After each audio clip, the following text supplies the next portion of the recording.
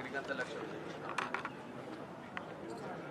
भारताला विश्वगुरू होण्याच्या दिशेने घेऊन जाणारा हा अर्थसंकल्प आहे आणि मोठ्या प्रमाणावरती ग्रोथ, इन्फ्रास्ट्रक्चर असेल, पायाभूत सुविधा असतील आणि अर्थव्यवस्थेला पुढे घेऊन जाणारा हा अर्थसंकल्प असून 2047 मध्ये भारताला विकसित भारत तयार करण्याचं पंतप्रधान नरेंद्र मोदीजींचं हे स्वप्न आहे। त्या स्वप्नपूर्तीच्या दिशेने भारताला घेऊन जाणारा हा अर्थसंकल्प आहे। मोठ्या प्रमाणावरती विविध सेक्टर्समध्ये, मग ते इन्फ्रास्ट्रक्चर असेल, ॲग्रिकल्चर असेल, टुरिझम असेल, मेडिकल टुरिझम असेल, अशा विविध सेक्टर्सला चालना देण्याच्या विविध प्रकारचे प्रोव्हिजन्स या अर्थसंकल्पामध्ये असून मुख्यतः मी मुंबई शहराला या अर्थसंकल्पाने काय दिलं किंवा मुंबई शहराला या अर्थसंकल्पामुळे काय उपयोग किंवा काय फायदे होणार आहेत त्यातील 6 मुद्द्यांवरती मी हे 6 मुद्दे आपल्यासमोर मांडतो। सर्वात मोठा मुद्दा म्हणजे मुंबई शहरामध्ये मोठ्या प्रमाणावरती जे MSMEs आहेत, या देशामध्ये असणाऱ्या MSMEs मधले मोठ्या प्रमाणावरती त्याचा एक मोठा चंक हा मुंबईमध्ये आणि स्पेसिफिकली मुंबई सबर्बन डिस्ट्रिक्टमध्ये रजिस्टर असून 7 लाख कोटीची लिक्विडिटी किंवा 7 लाख कोटीचा सपोर्ट हा या अर्थसंकल्पाच्या माध्यमातून MSME सेक्टरला दिला असल्यामुळे मोठ्या प्रमाणावरती मुंबई शहरामध्ये असलेल्या MSMEsला त्याचा उपयोग होणार आहे। आणि गेल्या काही वर्षांमध्ये आपण हे बघितलेलं आहे की पंतप्रधान नरेंद्र मोदीजी यांच्या विविध प्रकारच्या योजनांमुळे, स्टार्टअप इंडिया असेल, स्टँडअप इंडिया असेल, स्किल डेव्हलपमेंटच्या योजना असतील किंवा महाराष्ट्र सरकारने ज्या प्रकारे युवकांना प्रोत्साहन देण्याकरता मेक इन महाराष्ट्रासारख्या योजना आणून मोठ्या प्रमाणावरती MSMEs जे नवीन रजिस्टर झाले गेल्या काही वर्षांमध्ये त्याच्यामधला मोठा चंक हा मुंबईतला असून मुंबईतल्या मराठी तरुणांना आणि मुंबईतल्या युवकांना आणि तरुणांनी स्थापन केलेल्या MSMEsला 7 लाख कोटीचा हा जो सपोर्ट हा जो देण्यात आलेला आहे ती एक फार मोठी उपलब्धी मुंबई शहराला याच्या माध्यमातून झालेली आहे। दुसरा मुद्दा म्हणजे म्युनिसिपल बॉन्ड्स, प्रत्येक 1000 कोटीच्या म्युनिसिपल बॉन्ड्सच्या पाठी 100 कोटीचा इन्सेंटिव्ह हा केंद्र सरकारने जाहीर केला असून येणाऱ्या काळामध्ये मुंबई महानगरपालिकेला सुद्धा याचा उपयोग आणि याचा फायदा जो आहे तो करून घेता येईल आणि विविध प्रकारच्या इन्फ्रास्ट्रक्चर प्रोजेक्ट्स करता किंवा एन्व्हायरमेंट प्रोटेक्शन करता ग्रीन म्युनिसिपल बॉन्ड्स जे आहेत ते मोठ्या प्रमाणावरती येणाऱ्या काळामध्ये मुंबई महानगरपालिकेच्या माध्यमातून जर काढले तर प्रत्येक 1000 कोटीच्या म्युनिसिपल बॉन्ड्सला 100 कोटीचा इन्सेंटिव्ह ही मला असं वाटतं की देशातल्या विविध प्रकारच्या महापालिका क्षेत्रांमध्ये एक रेव्होल्युशनरी शिफ्ट किंवा एक क्रांतिकारक बदल आणणारी ही घोषणा आहे असं मला वाटतं। त्यानंतर शी मार्ट्स जे स्थापन केले जाणार आहेत आणि शी मार्ट्सला जो सपोर्ट केंद्र सरकारच्या बजेटच्या माध्यमातून देण्यात येणार आहे, मुंबई शहरामध्ये मोठ्या प्रमाणावरती महिला बचत गट हे कार्यरत असतात। महिला बचत गटांच्या माध्यमातून विविध प्रकारच्या वस्तू या महिला बचत गटांच्या माध्यमातून या तयार केल्या जातात। त्या विविध प्रकारच्या तयार केलेल्या वस्तूंना एक चांगली मार्केट प्लेस उपलब्ध करून देण्याची योजना ही केंद्र सरकारच्या माध्यमातून शी मार्ट्सच्या माध्यमातून ही अनाउन्स केलेली आहे किंवा त्याची घोषणा ही झालेली आहे। मला असं वाटतं की मोठ्या प्रमाणावरती आपल्या लाडक्या बहिणींना लखपती दिदी करण्याच्या दृष्टिकोनातून हे शी मार्ट्स जे आहेत ते येणाऱ्या काळामध्ये एक खूप मोठा रोल प्ले करतील असं मला वाटतं आणि त्यामुळे ही शी मार्ट्सची घोषणा सुद्धा मुंबई शहरातल्या महिला बचत गट आणि लाडक्या बहिणींच्या दृष्टिकोनातून एक स्वागतार्ह घोषणा आहे। त्यानंतर ऑरेंज इकॉनॉमी जी आहे, मोठ्या प्रमाणावरती ऑरेंज इकॉनॉमीला फोस्टर करणारा हा अर्थसंकल्प आहे। जी ऑरेंज इकॉनॉमी म्हणजे digital transformation, creative content, animation अशा प्रकारच्या विविध क्षेत्रांमध्ये ही ऑरेंज इकॉनॉमी जी आहे अशा प्रकारच्या विविध क्षेत्रांची ही ऑरेंज इकॉनॉमी असते.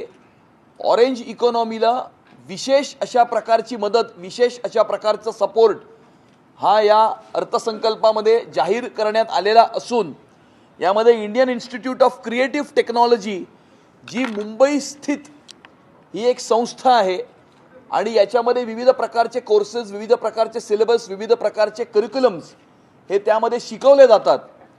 आणि ज्या ज्या तरुणांना, ज्या ज्या युवक युवतींना ऑरेंज इकॉनॉमीमध्ये आपलं करिअर येणाऱ्या काळामध्ये तयार करायचं आहे ते करण्याच्या दृष्टिकोनातून Indian institute of creative technology एक खूप मोठा रोल त्याच्यामध्ये प्ले करते. आणि Indian institute of creative technology in Mumbai जे आहे त्याला सपोर्ट करण्याची घोषणा ही या केंद्रातल्या अर्थसंकल्पाच्या माध्यमातून आपल्या अर्थमंत्री निर्मला सीतारामनजी यांनी केलेली आहे.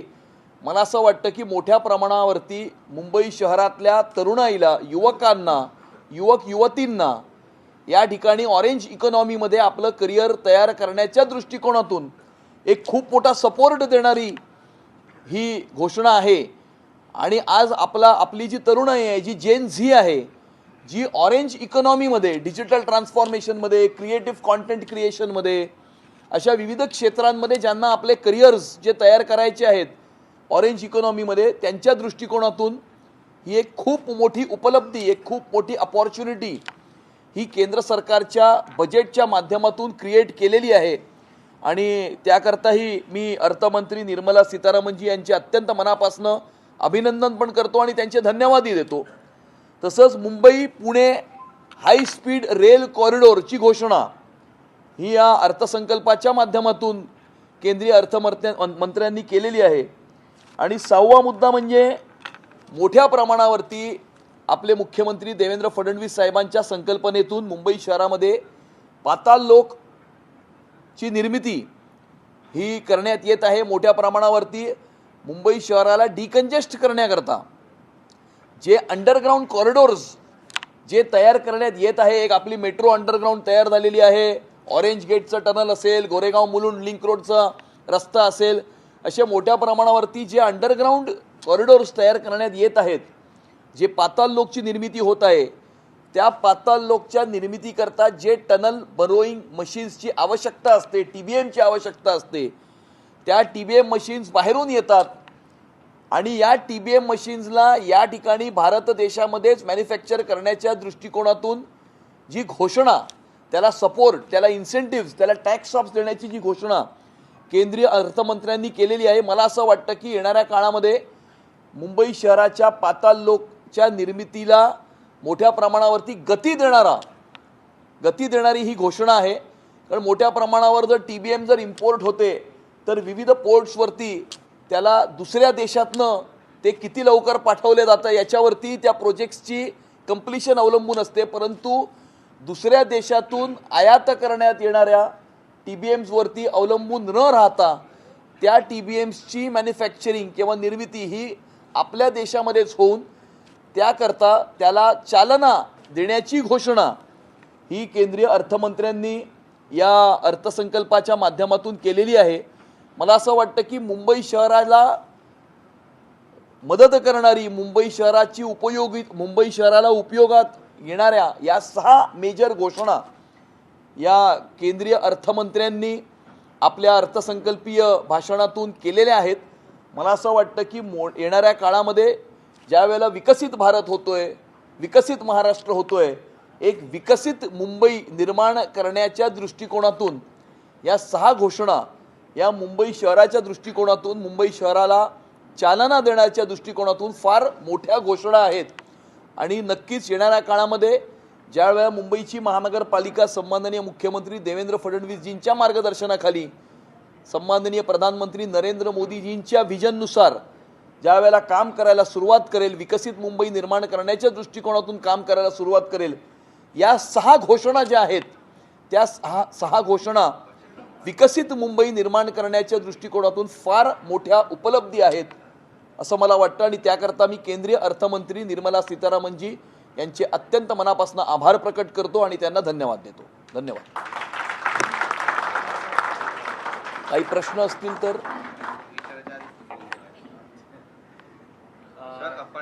काँग्रेसकडून आता थेट आरोप केला जातोय की करामध्ये कुठलीही ठोस सवलत देण्यात आलेली नाहीये आणि शेतकऱ्यांच्या बाबत देखील कुठलीही ठोस सवलत यामध्ये मिळालेली नाहीये, मध्यमवर्गीयांना दिलासा देण्यात आलेला नाहीये. कसं पाहता?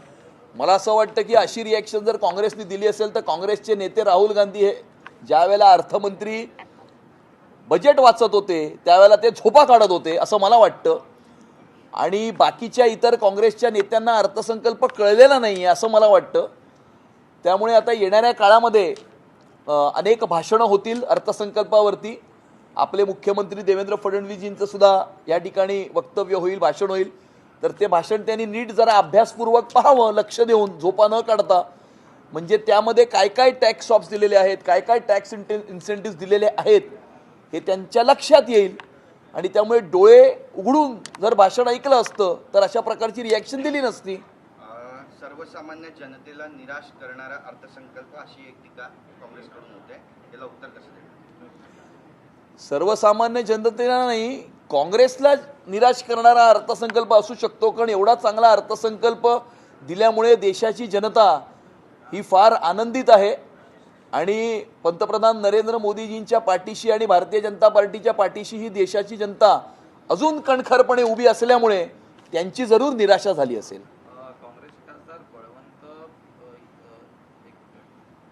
बळवंत वानखडे यांनी टीका केलेली आहे की मागच्या बजेटमध्ये त्यांनी सांगितलं होतं की 20 कोटी लोकांना गरिबीच्या रेषेवर आणलं जाईल, तर आता या बजेटमध्ये 25 कोटी सांगितलं, याचा अर्थ फक्त 5 कोटी लोकांवर आले आहे का, असं ते टीका करतात. त्यांना हे माहीत नसेल की पंतप्रधान नरेंद्र मोदीजींनी गेल्या 10 वर्षामध्ये 25 कोटीपेक्षा जास्त लोकांना पॉवर्टी लाईनच्या वरती आणलेलं आहे. त्यामुळे हे त्यांना माहीत नसेल तर तुम्ही त्यांना हे सांगा, म्हणजे त्यांनाही कळेल आणि त्यांच्याही ह्याच्यामध्ये थोडंसं भर पडेल ज्ञानामध्ये. आणखी एक टीका केली आहे की काँग्रेस पक्ष या अर्थसंकल्पाला जनविरोधी, शेतकरी विरोधी, युवक विरोधी आणि मध्यम वर्ग विरोधी मानतो. हा अर्थसंकल्प देशाच्या आजच्या वेदनांवर उपाय न करता फक्त उद्याच्या स्वप्नांची विक्री करण्याचा प्रयत्न. काँग्रेस पक्षाला या अर्थसंकल्पाबद्दल काय वाटतं हे महत्त्वाचं नाही, या देशाच्या जनतेला या अर्थसंकल्पाबद्दल काय वाटतं हे महत्त्वाचं आहे. आणि त्यामुळे देशाची जनता या अर्थसंकल्पाचं स्वागतच करत आहे आणि हे तुम्हाला पुढच्या 3 ते 4 तासांमध्येच कळेल.